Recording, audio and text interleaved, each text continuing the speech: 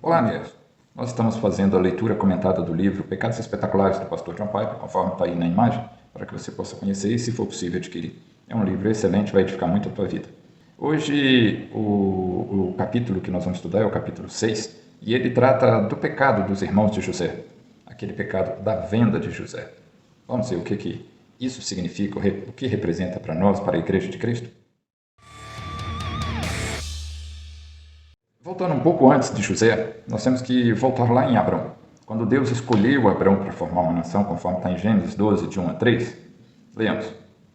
Ora, disse o Senhor a Abrão, sai da tua terra, da tua parentela e da casa do teu pai, e vai para a terra que te mostrarei. De ti farei uma grande nação, e te abençoarei, e te engrandecerei o nome. Se tu uma bênção, abençoarei os que te abençoarem, e amaldiçoarei os que te amaldiçoarem. Em ti serão benditas todas as famílias da terra. Então, nesse chamamento, Deus promete a Abrão formar a partir dele uma nação que ele próprio, Deus, desejou formar para que com ela ele fizesse uma aliança. E nessa aliança havia promessas de crescimento, de poder, mas havia uma promessa estranha, uma palavra estranha, surpreendente até. Ele falou para Abraão, vejamos que está lá em Gênesis 15, de 13 a 16. Então lhe foi dito, sabe com certeza que a tua posteridade será peregrina em terra alheia e será reduzida à escravidão, e será afligida por 400 anos. Mas também eu julgarei a gente a que tem de sujeitar-se, e depois sairão com grandes riquezas.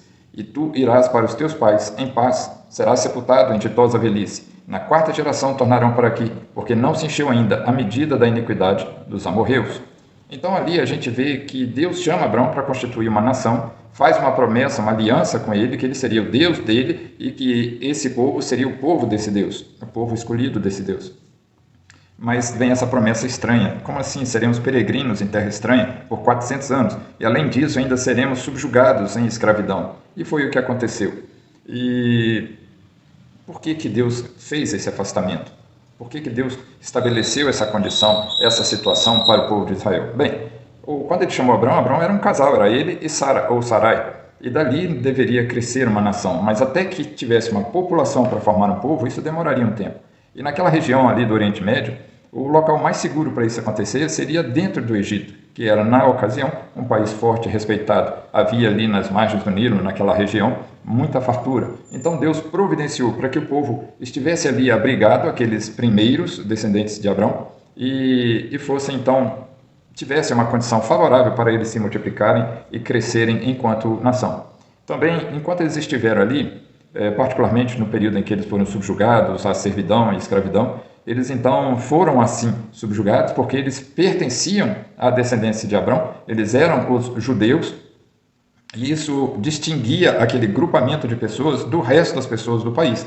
E com isso, então, criou-se naquele grupo de pessoas uma identidade nacional, de nação, de povo. Então, eles também tiveram essa oportunidade ali no Egito de entender-se como nação. Foi outra providência de Deus naquele período de peregrinação pelo Egito, naquele período que culminou com o cativeiro deles.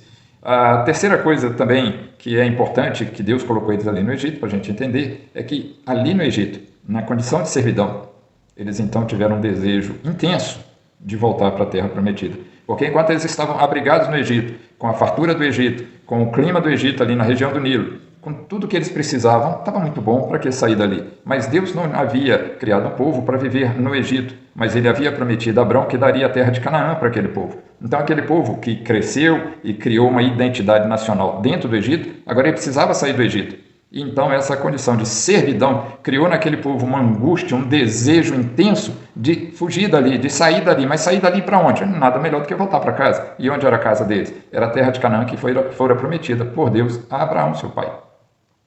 E um quarto motivo por que eles ficaram ali no Egito é porque todos aqueles povos que habitavam a região de Canaã, eles eram povos idólatras, homens ímpios, e Deus estava para exercer juízo sobre eles. Então ele falou, lá conforme está em Gênesis 15, de 13 a 16, veja lá, porque não se encheu ainda a medida da iniquidade dos amorreus. Então, naquele período de 400 anos, o povo que habitava aquela região, os amorreus, então foram praticando atos abomináveis a Deus, pecaminosos, que justificaram de Deus o seu juízo. Então, esses quatro foram os motivos por que Deus colocou Israel 400 anos como peregrino em uma terra estranha e, por fim, o colocou sob servidão. Deus quer que nós saibamos que não havia mérito em Israel. ficou bastante claro isso. Olha, Israel, você não vai ocupar a terra dos amorreus porque vocês são bons. Não, vocês não são bons. Na verdade, vocês vão ocupar aquela terra porque eles são maus e eu vou exercer o juízo, conforme está em Deuteronômio 9,5, leamos lá. Não é por causa da tua justiça, nem pela retitude do teu coração, que entras a possuir a terra, mas pela maldade destas nações. O Senhor teu Deus as lança de diante de ti, e para confirmar a palavra que o Senhor teu Deus jurou a teus pais, Abraão, Isaque e Jacó. Então Deus, ele fez isso. Estabeleceu aquele povo naquela terra e avisou, vocês não estão entrando aí por mérito próprio, mas porque eles são pecadores. Deus está estabelecendo juízo sobre eles. E também porque Deus está cumprindo uma promessa, cumprindo com a sua palavra, porque ele havia prometido a Abraão que aquela terra pertenceria à sua descendência. Então, essa passagem, como peregrinos por uma terra para depois eles alcançarem a terra prometida, também é a mesma mensagem que Deus nos dá. Nós estamos nesta terra, mas não somos desta terra. Nós somos cidadãos dos céus, de Jerusalém.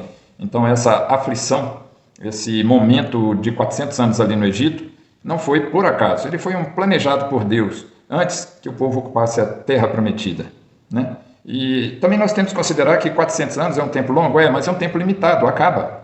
É um tempo que encerra, dá o prazo, acabou. A mesma coisa conosco. Deus falou que Jesus voltará, o Senhor retornará. Então vai doer, estamos vivendo tempos difíceis, nós estamos vivendo períodos de provação. Muitos irmãos na igreja são perseguidos em várias partes do mundo, sim, mas isso vai passar. Vai chegar o dia em que todos nós vamos definitivamente para aquela terra prometida que é a Jerusalém Celestial no céu. Isso é confirmado por Lucas lá no livro de Atos, capítulo 14, versículo 22. Leamos. Fortalecendo a alma dos discípulos, exortando-os a permanecer firmes na fé e mostrando que, através de muitas tribulações, nos importa entrar no reino de Deus. Portanto, essa caminhada por uma terra estranha, uma caminhada sofrida, com dores, com angústia, ela é uma caminhada normal para o povo de Deus antes de entrar na terra prometida. Isso causa em nós um desejo ardente de partir e de ir para o céu. Assim como Israel teve quando estava cativo no Egito, teve um desejo ardente de sair daquela escravidão e partir para Canaã. Como aconteceu do povo sair de Canaã e parar lá no Egito? Bem, a história ela relata, a história bíblica relata, mas fazendo uma síntese bem breve. José, filho de Jacó, é o 11º irmão de um total de 12 irmãos, né? O menorzinho, Benjamim, estava com o pai e Jacó pediu que José fosse ver onde estavam os outros 10 irmãos pastoreando o rebanho. Ele já havia tido sonhos antes em que falava que os seus irmãos e seus pais se curvariam diante dele, José. Isso causou ira nos irmãos e quando José se aproximou deles no campo, eles confabularam entre si e decidiram ou matá-lo e por fim desistiram de matá-lo e vendê-lo para uma caravana que passava próxima, venderam como escravo. Essa caravana então passou, pegou o José e levou para o Egito. Chegando no Egito ele foi vendido como escravo e foi servir na casa do oficial do faraó, chamado Potifar. E ali, devido à sua responsabilidade, à qualidade do seu serviço, à confiabilidade que ele transmitia, esse Potifar confiou a ele toda a sua casa, com exceção de sua esposa, para que ele administrasse. Mas a esposa de Potifar se agradou de José e, na ausência do marido, queria se deitar com ele. Esse, José, resistiu aos assédios dessa mulher e, por fim, ela o caluniou, dizendo que ele havia atentado contra ela, tentando deitar-se com ela. O marido, naturalmente, ficou irado, acreditando na mulher, e o prendeu. Ele ficou preso por um tempo e, na cadeia, ele teve a oportunidade de ser um bom prisioneiro que conquistou a confiança dos carcereiros. Com isso, ele ficou tomando conta daquele ambiente ali. E ele ali teve a oportunidade de interpretar o sonho de 2 serviçais do faraó. Um deles foi executado e o segundo voltou para o rei para servi-lo. O rei um dia teve um sonho e esse serviçal então falou, olha, tem um rapaz na cadeia chamado José que interpretou o nosso sonho.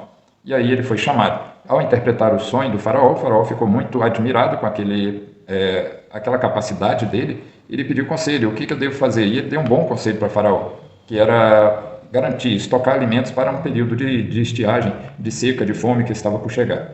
E ao fazer isso, ele protegeu o Egito de passar fome naquele período de estiagem. E não só protegeu, como o Egito passou a vender alimentos para as pessoas e com isso o faraó se enriqueceu mais e mais e comprou todas as terras ali da região, tornando-se então no Egito que ele é.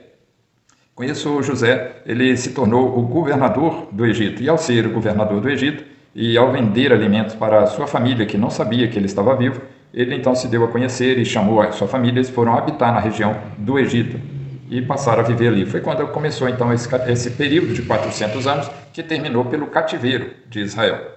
né? Na verdade, essa entrada e essa permanência de Israel no Egito era o cumprimento de uma profecia de Deus, quando ele havia chamado Abraão e avisado: olha, vocês serão peregrinos em uma terra estranha.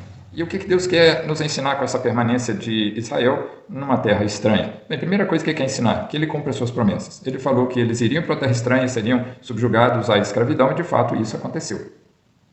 Segunda coisa, os irmãos de José não tinham a menor ideia do que eles mesmos estavam fazendo. Eles estavam intentando mal contra José. Eles ignoravam o agir de Deus, o mover de Deus por trás da maldade deles, que na verdade estava providenciando a preservação daquele povo. Então, ao intentar destruir aquele que eles odiavam porque o chamavam de sonhador, na verdade eles estavam realizando o sonho que ele havia tido. Porque no sonho ele falou: vocês e meus pais se curvarão diante de mim. E ele, como governador do Egito, os seus irmãos e seus pais realmente tiveram que se curvar diante dele e submeter-se à autoridade dele. Nessa entrada de Israel no Egito, a gente pode olhar para ela com duas visões. Primeiro, ponto de vista do homem. Olhando o ponto de vista do homem, o que aconteceu? Essa história que eu acabei de contar. Os irmãos venderam, ele foi para a casa de Potifar, foi traído pela esposa de Potifar, caluniado por ela, foi para a cadeia, conquistou a simpatia do carcereiro, interpretou o sonho de Faraó e virou governador do Egito, podendo então receber a sua família que estava na terra desértica, passando necessidade. Essa é uma visão humana, um fato, um relato de uma história. Mas e a visão de Deus? O que a gente pode extrair dessa visão? Bem, vamos dar uma olhadinha no que está registrado lá em Gênesis 45, versículo 5. Agora, pois, não vos entristeçais, nem vos irriteis contra vós mesmos, por me haverdes vendido para aqui. Porque, para a conservação da vida, Deus me enviou adiante de vós. Então, na visão de Deus, como é que Israel foi parar no Egito? Para a conservação de vida. Deus providenciou que aquilo se desse, que aquele pecado espetacular de seus 10 irmãos ocorresse, para que toda essa história se desenrolasse, culminando com a entrada dos filhos de Abraão, né, no caso, os filhos de Jacó, no Egito, e ali se instalassem, formassem uma nação e crescessem como deveria ser. Deus não controlou apenas esse pecado dos irmãos de José. É importante isso, porque ele não só controlou esse pecado dos irmãos de José, como ele controlou a fome.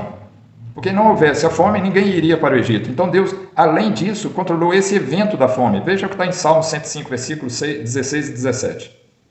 Fez vir fome sobre a terra e cortou os meios de se obter pão. Adiante deles enviou um homem, José, vendido como escravo. Então Deus não só providenciou, através do pecado dos irmãos, a possibilidade deles entrarem no Egito, como também providenciou a fome, para que eles fossem obrigados a se dirigir ao Egito, para ali encontrarem José e serem recebidos e hospedados por ele. Após a morte do pai, Jacó, esses irmãos ficaram preocupados e eles procuraram por José, temendo que ele se vingasse dele. Mas José teve sabedoria e respondeu para eles, conforme está em Gênesis 50, versículo 19 e 20. Leamos. Respondeu-lhe José: não temais, acaso estou eu em lugar de Deus? Vós, na verdade, intentaste o mal contra mim, porém Deus o tornou em bem, para fazer, como vedes, que se conserve muita gente em vida. Então, é importante que a gente tenha essa consciência que Deus não agiu por consequência do pecado dos irmãos de José.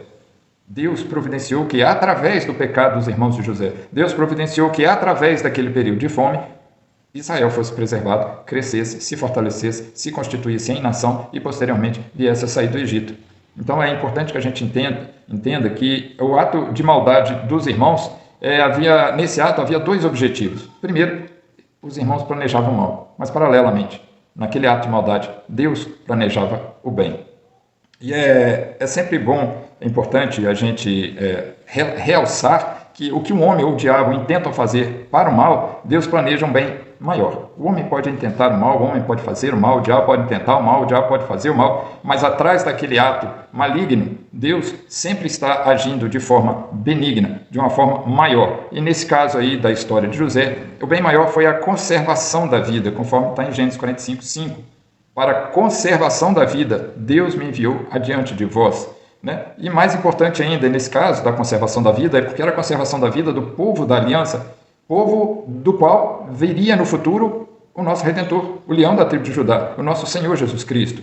Então a vida do povo da aliança foi preservada nesse ato pecaminoso. E mais do que isso, quando Deus preservou a vida desse povo da aliança, Ele não preservou apenas a vida desse povo da aliança, mas através daquele que viria desse povo, seu descendente Jesus, Ele preservou a vida eterna de uma quantidade enorme de pessoas no mundo inteiro. Então não foi apenas um ato local. E nisso a gente então tem que observar três coisas nesse agir de Deus.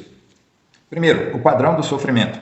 Sempre observando o relato bíblico, antes do bem acontecer, há um período de sofrimento, um período que ocorrem pecados, perseguição. José sofreu. José era um rapaz humilde, cordato, submisso, íntegro, e ele sofreu por causa disso. Mas Deus está no controle, Deus está agindo todo o tempo. Da mesma forma aconteceu com Jesus. Jesus, reto, santo, puro, imaculado, sofreu, foi perseguido, e Deus esteve sempre no controle. Então, essa história de José, ela serve para nos preparar para a nossa entrada na Terra Prometida, para essa glória reservada para a Igreja de Cristo. Essa é a primeira coisa. Estejamos cientes de que sofreremos aqui nessa terra, porque aqui não é a nossa terra. Nós já vimos no capítulo anterior que ao pecar, o homem optou seguir Satanás. E ao optar seguir Satanás, Deus entregou o governo desse mundo para esse príncipe do mal, para esse príncipe das potestades do mal. Então, aqui nesta terra, com certeza, a Igreja de Cristo há de sofrer, há de ser perseguida, mas nós não devemos desistir. A segunda característica aqui é que a gente deve observar aquele que está sofrendo. No caso ali, José esteve sofrendo, esteve perseguido, foi caluniado, foi preso, foi vendido como escravo, foi traído pelos irmãos, mas Deus sempre cuidou dele. E a partir do cuidado de Deus sobre a vida de José, um bem maior ocorreu, que foi a preservação da vida daqueles mesmos que pretendiam matá-lo, que eram seus irmãos e seus descendentes. Da mesma forma, aconteceu com Jesus. E não deveria nos causar surpresa a perseguição de Jesus quando ele esteve na terra. Mas por que, se ele é filho de Deus, é santo, fazia milagres, ele foi perseguido? É normal, porque o pecado reina na terra. E o Senhor, ele foi perseguido, ele foi maltratado e por fim ele foi morto, mas ressuscitou e subiu aos céus e voltará. Porque Deus está no controle e Deus é a defesa da sua igreja, né? E a terceira coisa que a gente deve observar é que a profecia não poderia ter acontecido se aquele povo morresse. Então Deus, ele cria as condições para que a sua vontade se realize, ainda que por meio de pecados dos homens ou pelo agir de demônios, o plano eterno, decretos eternos de Deus são cumpridos. A vontade de Deus é cumprida, e a vontade de Deus é reta, justa, perfeita, santa. Então, nesse caso, Deus agiu através da vida de José, da história de José, agiu preservando aquele povo, agiu preservando a linhagem que daria a origem ou nascimento do nosso Senhor Jesus Cristo. Esse plano de Deus, ele é revelado quando Jacó chama os seus filhos, já perto de morrer, e os abençoa. Vejamos lá em Gênesis 49, de 8 a 10. Ao abençoar Judá, ele disse: Judá, teus irmãos te louvarão, a tua mão estará sobre a serviço de teus inimigos, os filhos de teu pai se inclinarão a ti. Judá é leãozinho, da presa subsiste, filho meu. Encurva-se e deita-se como leão e como leoa. Quem o despertará? O cetro não se arredará de Judá, nem o bastão de entre seus pés, até que venha Siló, e a ele obedecerão todos os povos. Essa profecia, ela se cumpre em Jesus. Ele é descendente da tribo de Judá. Essa tribo foi preservada ali no Egito, foi preservada da fome que ocorreu na terra naquele período. Depois, ao sair do Egito, Israel se constituiu nação e as tribos se dividiram e se estabeleceram na terra prometida, e da sua descendência veio Jesus lá na frente, que realizou essa obra salvadora para todos nós. João registra esse cumprimento dessa profecia, dessa bênção de Jacó sobre Judá, lá em Apocalipse. Leamos. Apocalipse 5, 9 e 10. E entoava um novo cântico, dizendo: Digno és de tomar o livro e de abrir-lhe os selos, porque foste morto e com teu sangue compraste para Deus os que procedem de toda tribo, língua, povo e nação. E para o nosso Deus os constituísse reino e sacerdotes, e reinarão sobre a terra. Jesus Cristo é esse leão descendente da tribo de Judá, mencionado por Jacó ao ministrar a bênção a seu filho Judá. E ele reinará eternamente. Ele reina, está no céu à destra de Deus. E os povos todos se apresentarão diante dele para juízo. E todos confessarão que Jesus Cristo é Senhor eternamente.